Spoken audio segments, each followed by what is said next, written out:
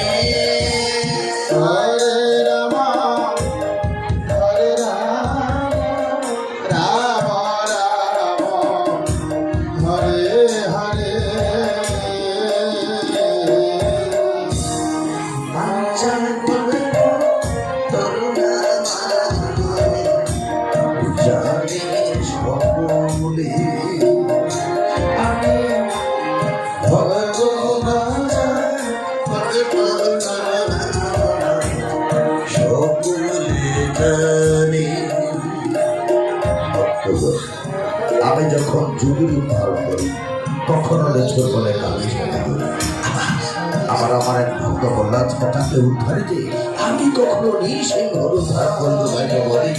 তোমরা সবাই আমার প্রতি সচেতন হও, আমাকে চেনো, আমাকে জানো, আমাকে ভজো, আমি সবসময় তোমাদের পাশে থাকবো। সবসময় তোমরা যদি মনে প্রাণে একটি বেড়ানোতে লেগেছো তো শত আমি তোমাদের পাশে এসে দেওয়ার চেষ্টা করছি। তাই বলে তোমরা সবাই আমার প্রতি সচেতন হও। এবার আমি আসছি গৌরব দেওয়ার মন্দিরে।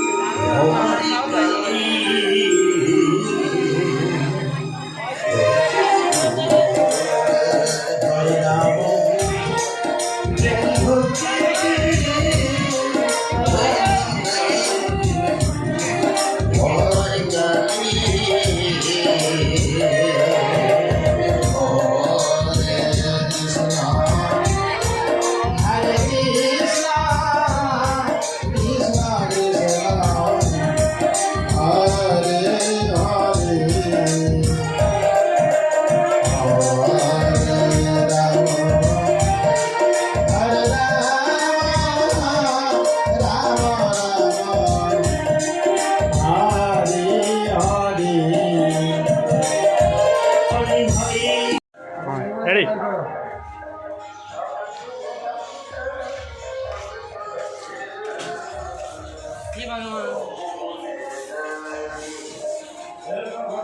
জয় শিব শম্ভু, জয় মা কালী। সারা জীবন ধরে কত জায়গা ঘুরলাম, কোথাও পেলাম একটি নির্জন স্থান। হ্যাঁ, এই স্থানটি বেশ নির্জন বলে মনে হচ্ছে, তাই এখানে বসে পূর্ণ করবো সে আমার 12 বছরের সাধনা।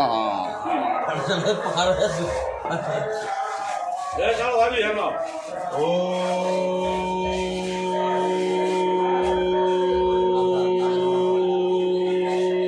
নমঃ শিবায়, ওম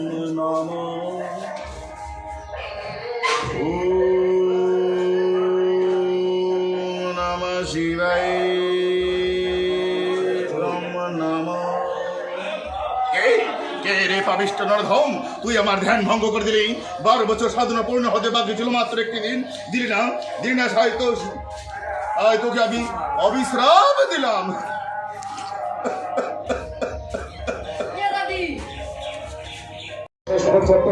খালি হাতে আমাদের রাধা সিং গাছের বিরোধী করবে।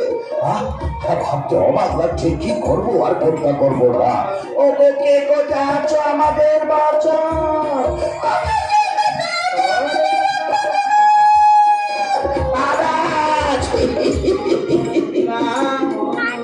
কি হয়েছে রে? কি হয়েছে বলবি তো? আপনি জানেন না এই গহীন বনে নিশ্চয়ই কোনো ভূত ব্যক্তির আশ্রয় হয়েছে মহারাজ। হ্যাঁ, আপনি জানেন না সেদিন একটা ব্যক্তি উপর বৃক্ষ থেকে আমার মাথার উপরে চর্চা করে পেশা করে দিয়েছিল। আরে না, আমার মন বলছে এই গহীন বনে কোনো ভূত ব্যক্তি নয়, নিশ্চয়ই কোনো নারী শব্দ শোনা যাচ্ছে। আমি ক্ষত্রিয় রাজা হরিশ্চন্দ্র, ওই নারীর করুণ আত্মনাদের শব্দ শোনে আমি ভীরু কাপুরুষের মতো নিজের রাজা সিংহাসনে ফিরে যাবো। এ কখনো হতে পারে না। চলো, কোন দিক থেকে সব কথা আসছে আমরা সেদিকটাই লক্ষ্য করে যাত্রা করবো। মহারাজ, আপনি পিছু পিছু আসবেন না, পিছু। এই কারণে যদি কিছু হয় তো আমাদেরই হবে। আপনি তো সুসৎ মানুষ হয়ে। কোন দিক থেকে সেই শব্দটা আসছে তোমরা লক্ষ্য করো, আর সেদিকটাই আমরা যাত্রা করবো। আচ্ছা ঠিক আছে মহারাজ, ঠিক আছে। কে কোথায় আছো আমাদের বাচ্চা?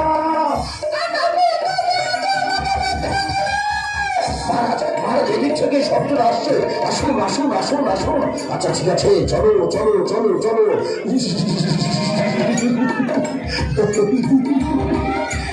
কে কোথায় আছো আমাদের বাচ্চা?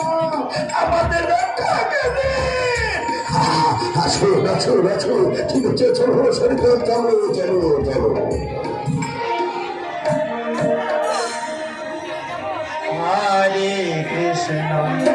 হরে কৃষ্ণ কৃষ্ণ হরে হরে, হরে রাম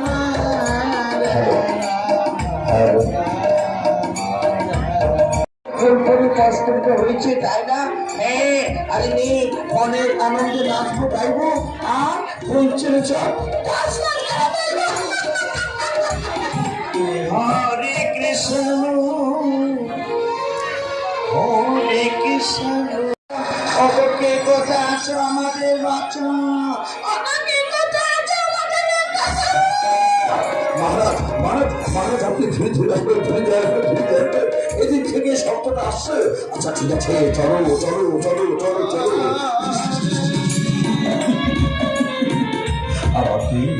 আমাকে সামনে দিল, আমাকে খেয়ে ফেলবে, ওরা বেঁচে যাবে।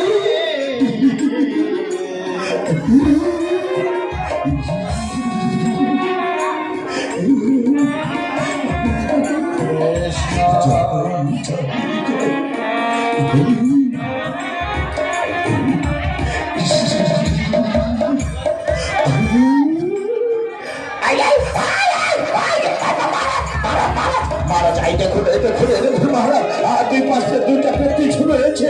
আপনি দুটা ছুড়ুন। আমরা বড্ড বিপদে পড়েছি, আমাদের রক্ষা করুন মহারাজ, আমাদের মুক্ত করুন মহারাজ। এদের মায়াবী কথা আপনি বলবেন না, এরা অনেক মায়াবী জানে। আপনি দিকটা ছুড়ুন। এই সারিদল যাও, তোমরা কাছাকাছি গিয়ে দেখো এরা সত্যি ভোট পেতে নাকি অন্য কিছু। আচ্ছা ঠিক আছে, দেখছি মহারাজ, দেখছি।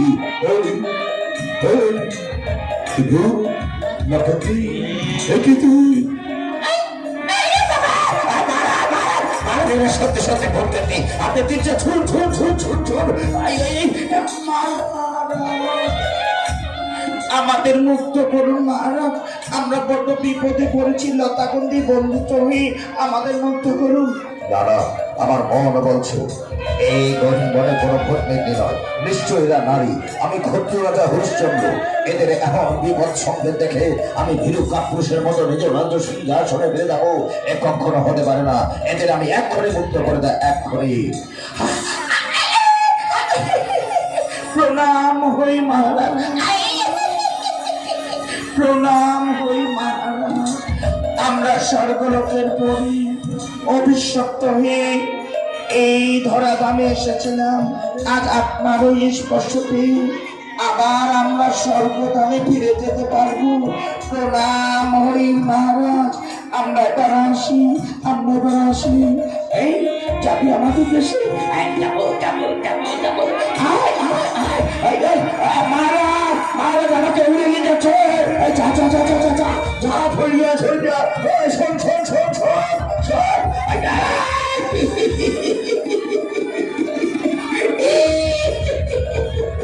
মহারাজ, মহারাজ আমাকে উড়ে নিয়ে যেতে চাইছিল মহারাজ। আরে বাবা, তোমরা একটু ওদের সাথে দুষ্টমি করেছো, তাই ওরাও তো ওদের সাথে একটু মস্করা করেছিল। এই তোমরা বলছিলে না যে এরা কোনো ভূতবন্দী হবে? শুনলে তো, এরা হচ্ছে স্বর্গলোকের পরী, অভিশপ্ত হয়ে এই ধরাধামে বন্দিত জীবন যাপন করে বড় কষ্ট, বড় যন্ত্রণা পাচ্ছিল, তাই না সৈনিকগণ? অবশ্যই মহারাজ, আমি এদের মুক্ত করে দিয়ে মানবতারই কাজ করেছি, তাই না সৈনিকগণ? অবশ্যই মহারাজ। মহারাজ এই কি হলো রে? এই বন্ধু, দুঃখী হয়েছে?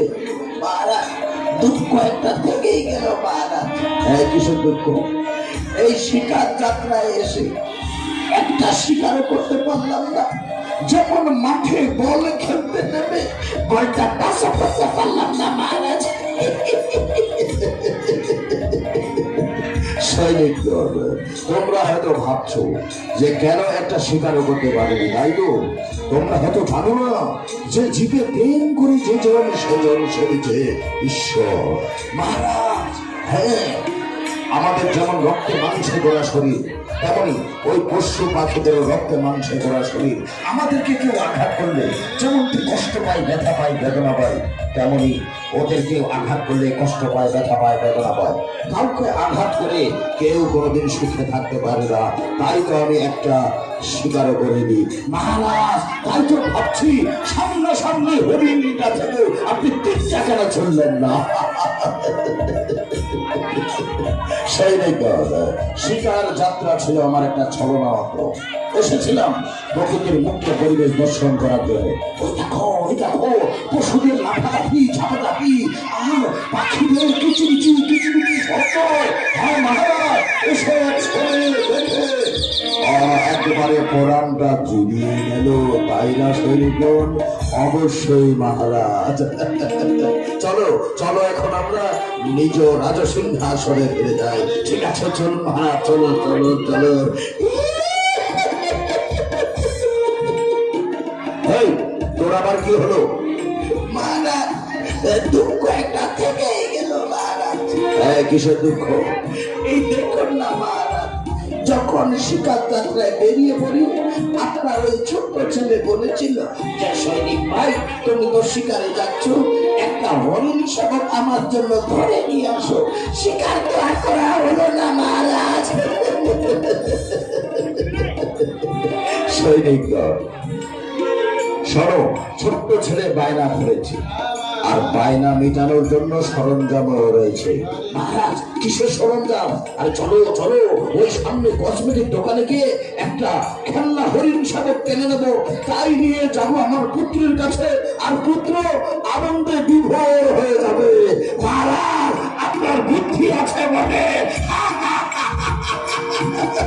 চলো চলো চলো, এখন আমরা নিজের সিংহাসনে বেড়ে যাই। ঠিক আছে, চলো মহারাজ, চলো চলো। হরে কৃষ্ণ